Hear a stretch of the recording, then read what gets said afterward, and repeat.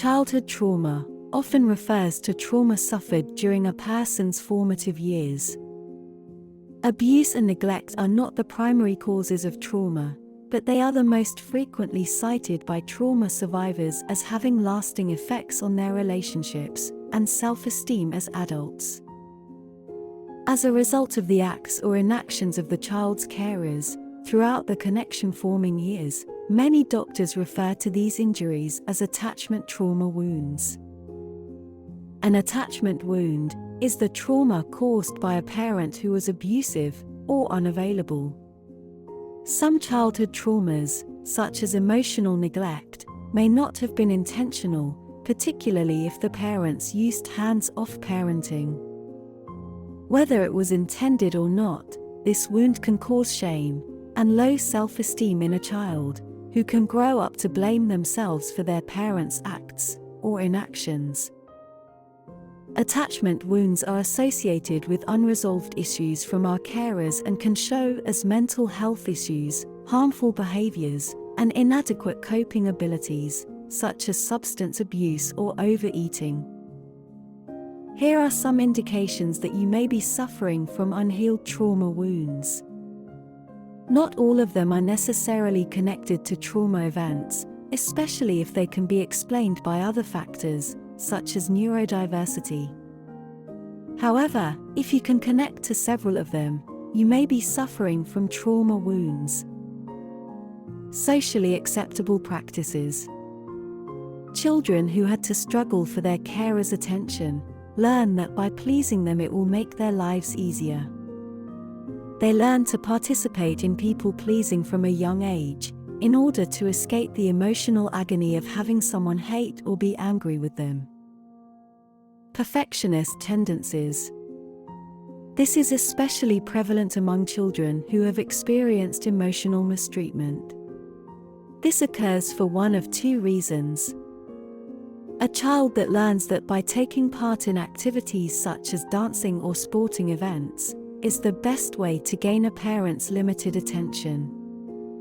The second most prevalent reason is because children who had to take care of themselves learn that making a mistake is bad, and they were never taught how to deal with the emotions that accompany not performing something flawlessly. Continuously comparing oneself to others. This is often the result of poor self-esteem or self-worth. If you were compared to others as a child, such as siblings or peers, you may have learnt that you fell short in some way. Avoiding ties and closeness with others. This is frequently the result of a fear of getting close to others, which stems from a fear of being harmed. If you were harmed or abandoned as a child, it's normal to wish to avoid such situations, even if this desire is subconscious. Jumping from one relationship to the next. Those who hop from one relationship to another frequently want to fill the gap left by their connection scars, similar to those who shun relationships in order to escape emotional suffering. Being in a relationship is almost as if you can prove to yourself that you are actually lovable and deserving. Overly strict or no boundaries. If you have poor boundaries, such as allowing others to walk all over you, you've learnt that it's acceptable to be treated in this way. Similarly, people with tight boundaries may be attempting to protect themselves. Drug self-medication and substance abuse. There's a connection between substance abuse, addiction, and trauma. People who suffer mental or physical anguish frequently seek ways to dull these sensations, which can lead to substance abuse.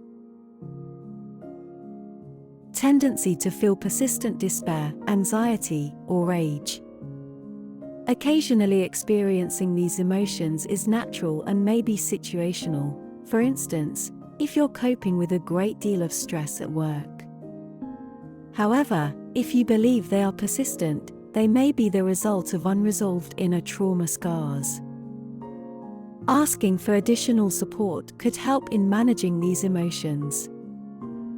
If you check several of the above boxes and are searching for more help, here are some ways to heal. First, recognize the truth. Validating your experiences and past is the first step in the healing process.